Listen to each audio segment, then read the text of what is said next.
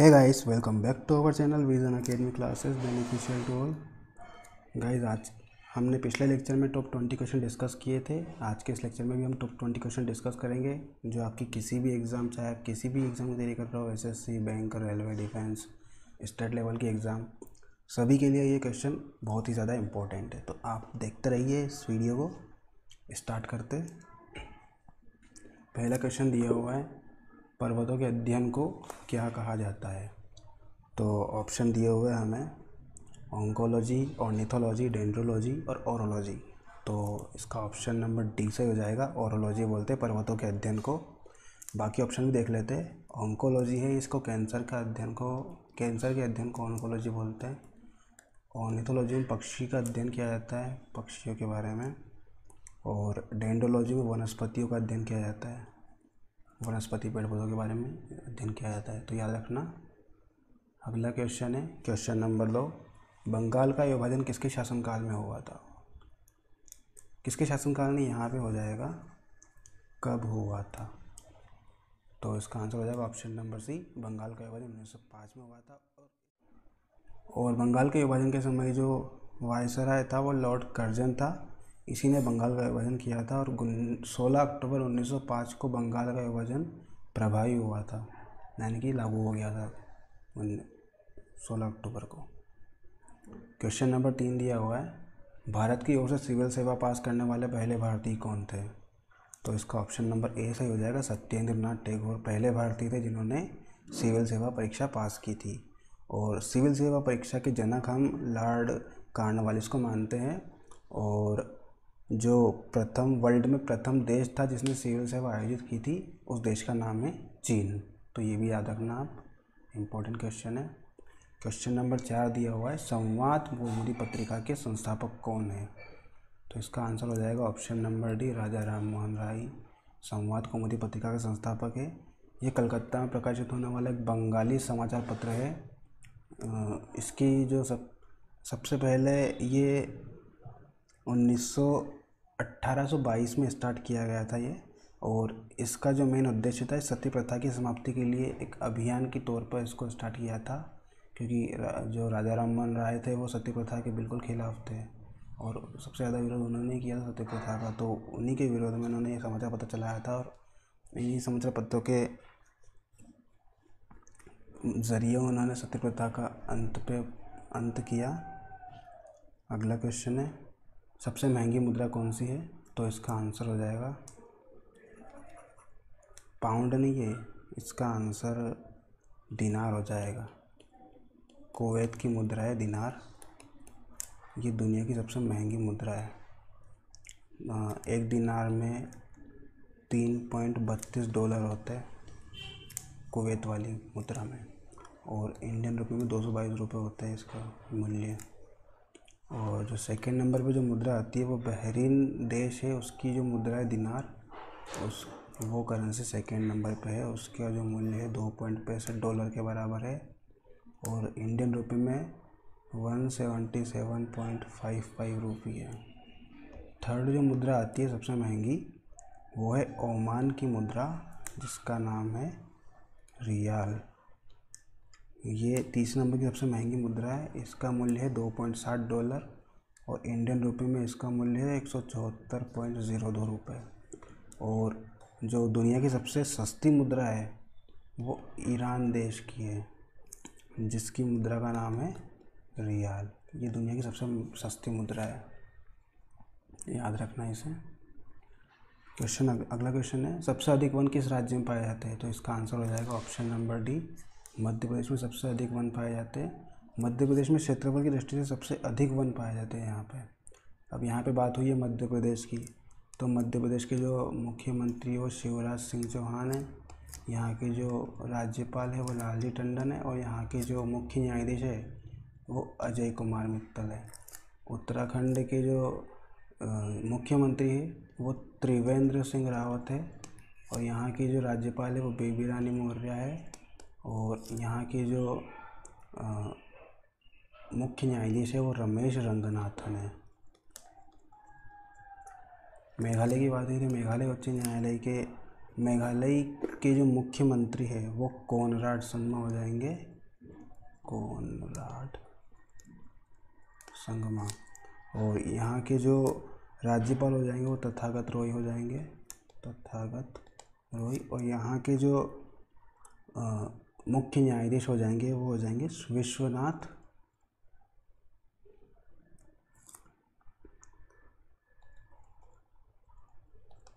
यहाँ के मुख्य न्यायाधीश हो जाएंगे विश्वनाथ सोमदार। और बिहार की बात हुई तो बिहार के जो मुख्यमंत्री है वो नीतीश कुमार है। और यहाँ के जो राज्यपाल है वो फागू चौहान हो जाएंगे। और बिहार की राजधानी पटना है तो वहाँ का जो उच्च न्यायालय है, पटना उच्च न्यायालय के मुख्य न्यायाधीश हो जाएंगे संजय केरोल। ये यहाँ के उच्च न्यायालय के मुख्य न्यायाधीश हैं, तो याद रखना इन सबको। क्वेश्चन नंबर 7 दिया हुआ है आपको, कबड्डी में एक पक्ष में कितने खिलाड़ी होते हैं? तो इसका आंसर हो जाएगा ऑप्शन नंबर बी, कबड्डी के एक पक्ष में 7 खिलाड़ी होते हैं। जो 5 खिलाड़ी है वो बास्केटबॉल में होते हैं, और 9 खिलाड़ी खो खो में होते हैं, और 11 खिलाड़ी क्रिकेट, फुटबॉल और हॉकी में होते हैं। और जो 9 खिलाड़ी है ये बेसबॉल में भी होते हैं, याद रखना इसे। और 7 खिलाड़ी नेटबॉल में भी होते हैं, नेटबॉल, कबड्डी और हाँ इन दोनों में 7 खिलाड़ी होते हैं। बेसबॉल में बास्केटबॉल में 5 खिलाड़ी होते हैं, खो खो में 9, बेसबॉल में भी 9, और क्रिकेट, फुटबॉल और हॉकी में 11 खिलाड़ी होते हैं। अगला क्वेश्चन देखते हैं, दुनिया का पुलिसमैन किसे कहा जाता है? तो इसका आंसर हो जाएगा ऑप्शन नंबर बी, सुरक्षा परिषद। इसे दुनिया का पुलिसमैन कहा जाता है। ये जो सुरक्षा परिषद ये यूएनओ का ही अंग है, यूनाइटेड। ये सुरक्षा परिषद यूएनओ का ही अंग है। और यूएनओ के टोटल 6 अंग है। पहला है सुरक्षा परिषद, दूसरा हो जाएगा अंतर्राष्ट्रीय न्यायालय, तीसरा महासभा हो जाएगा, और चौथा सचिवालय। 5वां भाग है इसका आर्थिक और सामाजिक परिषद, और 6ठा भाग है इसका न्यायिकता परिषद हो जाएगा इसका 6ठा भाग। तो सुरक्षा परिषद है, इसका जो मुख्यालय है वो न्यूयॉर्क में हो जाएगा, न्यूयॉर्क में है इसका मुख्यालय। और इसकी स्थापना 1945 में हुई थी। सुरक्षा परिषद में टोटल 15 सदस्य होते हैं इसके, जिसमें से 5 स्थायी होते हैं और 10 अस्थायी होते हैं। 5 स्थायी सदस्यों के नाम आपको याद होना चाहिए, चीन, फ्रांस, यूनाइटेड किंगडम, यूएसए और रूस। ये 5 सदस्य इसके स्थायी, 5 देश जो है ये इसके स्थायी सदस्य हैं, तो याद रखना। अगला क्वेश्चन देखते हैं, सिंधु नदी ने निम्न में से कौन सा पास बनाया हुआ है? तो इसका आंसर हो जाएगा ऑप्शन नंबर डी, बनिहाल पास बनाया हुआ है सिंधु नदी ने। और जो बनिहाल पास है इसको हिंदी में बनिहाल दर्रा बोलते हैं। और जो बनिहाल दर्रा है जम्मू कश्मीर के पीर पंजाल श्रेणी में स्थित है ये। और इसकी जो ऊंचाई है वो 2832 मीटर है। और ये दर्रा जम्मू को श्रीनगर से जोड़ता है, जम्मू और श्रीनगर का जो मार्ग है वो उपलब्ध कराता है, जम्मू और श्रीनगर के बीच का मार्ग। अगला क्वेश्चन देखते हैं, क्वेश्चन नंबर 10 दिया हुआ है, कंप्यूटर का आईसी चिप किसका बना होता है? तो इसका आंसर हो जाएगा ऑप्शन नंबर डी, सिलिकॉन का बना होता है कंप्यूटर का आईसी चिप, याद रखना इसे, इम्पोर्टेंट क्वेश्चन है। Question number 11, doctrine of lapse यानी कि व्यपगत सिद्धांत किसने आरंभ किया था? तो इसका आंसर हो जाएगा ऑप्शन नंबर है, लॉर्ड डलहौजी ने इसे आरंभ किया था। व्यपगत सिद्धांत को हम हड़प नीति भी बोलते हैं, इसका एक और नाम है हड़प नीति। इस नीति में अंग्रेज़ों का मूल उद्देश्य यह था कि वो ज़्यादा से ज़्यादा राज्यों को अपने कब्ज़ों में ले लें ताकि वो उस पर शासन कर सकें। तो ये हड़प नीति का मूल उद्देश्य था। और जो लॉर्ड डलहौजी है इसका जो कार्यकाल था वो 1848 से 1856 तक का था, उसके बाद ही चला गया था। क्वेश्चन नंबर 12, विश्व विरासत दिवस कब मनाया जाता है? तो इसका आंसर हो जाएगा ऑप्शन नंबर बी, 18 अप्रैल को विश्व विरासत दिवस मनाया जाता है। और इसकी शुरुआत जो ट्यूनीशिया देश है यहाँ पे पहली बार इसे मनाया गया था 1900 82 में ये सब सबसे पहले मनाया गया था वहाँ पे, और तब से लेके अब तक इसे हर साल 18 अप्रैल को विश्व विरासत दिवस के रूप में मनाया जाता है। अगला क्वेश्चन है क्वेश्चन नंबर 13, ऑस्ट्रिया की राजधानी कौन सी है? तो इसका आंसर हो जाएगा ऑप्शन नंबर सी, ऑस्ट्रिया की राजधानी वियना है। यहाँ पे ऑस्ट्रिया की बात हुई है तो ऑस्ट्रिया की राजधानी वियना है, और ऑस्ट्रिया की जो मुद्रा है वो यूरो हो जाएगी, यूरो यहाँ की मुद्रा है। और यहाँ के जो राष्ट्रपति है वो अलेक्जेंडर वॉन डेर बेलन है, अलेक्जेंडर वॉन डेर बेलन यहाँ के राष्ट्रपति हो जाएंगे। अगला क्वेश्चन देखते हैं क्वेश्चन नंबर 14, फ्रांस और ब्राज़ील का राष्ट्रीय खेल कौन सा है? तो इसका आंसर हो जाएगा ऑप्शन नंबर डी, फ्रांस और ब्राज़ील का राष्ट्रीय खेल फुटबॉल है। यहाँ पे फ्रांस की बात हुई है तो फ्रांस के बारे में जान लेते हैं। इसकी राजधानी पेरिस हो जाएगी, यहाँ की जो मुद्रा है वो यूरो हो जाएगी, और यहाँ के जो राष्ट्रपति है वो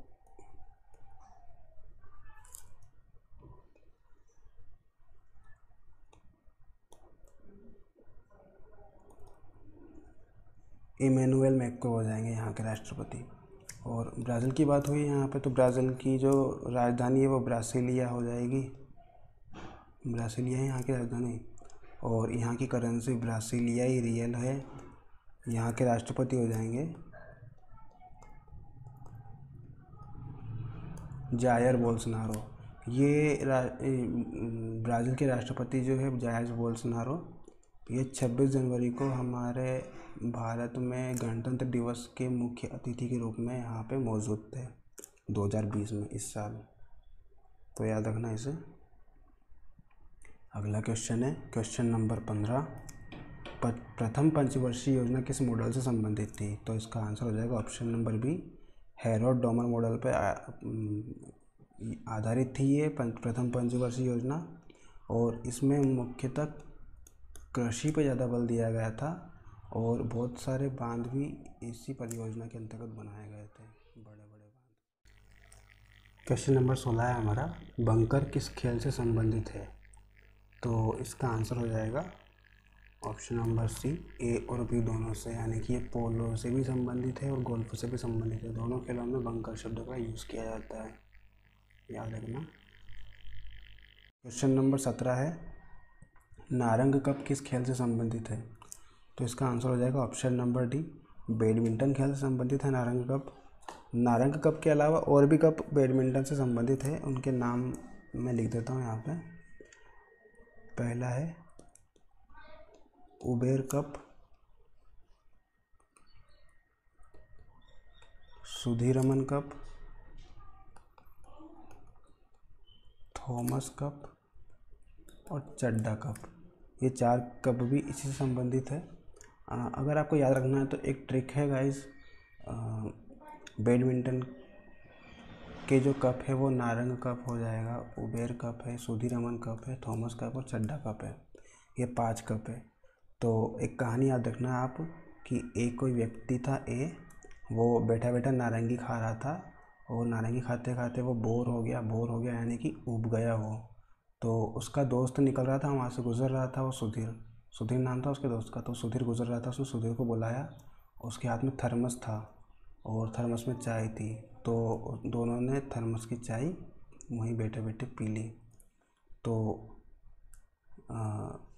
स्टार्टिंग में आपको दिया हुआ है कि नारंगी खा रहा था, नारंगी से आपका हो जाएगा नारंग कप, और नारंगी खाते का तो उब गया यानी कि उब जाने से उबेर कप हो जाएगा, और उसका दोस्त सुधीर जा रहा था, सुधीर से हो जाएगा सुधीरमन कप, और उसके बाद वो थर्मस था उसके हाथ में तो यहाँ थॉमस कप हो जाएगा, और चाय से हो जाएगा चड्डा कप।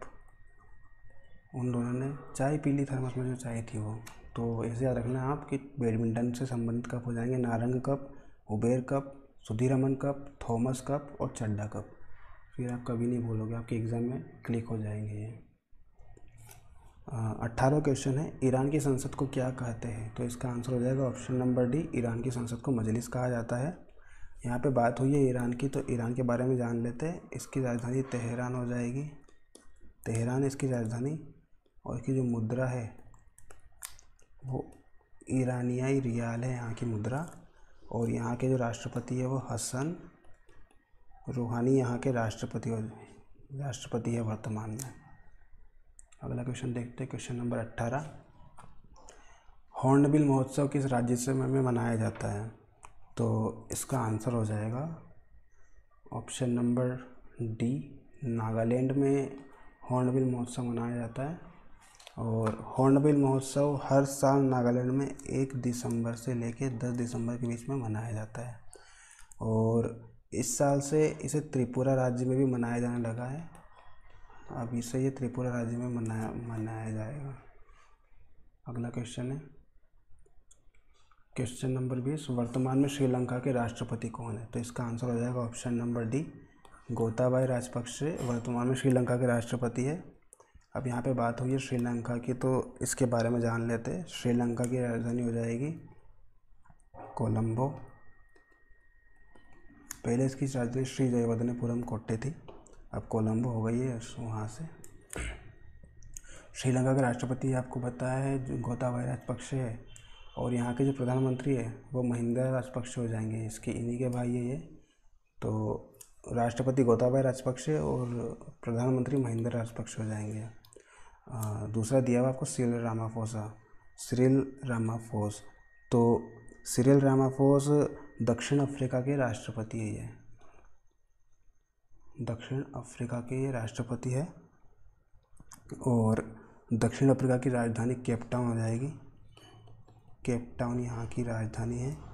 और यहाँ की जो मुद्रा है वो दक्षिण अफ्रीकाई रैंड हो जाएगी। अगला दिया हुआ आपको जोको विडोडो।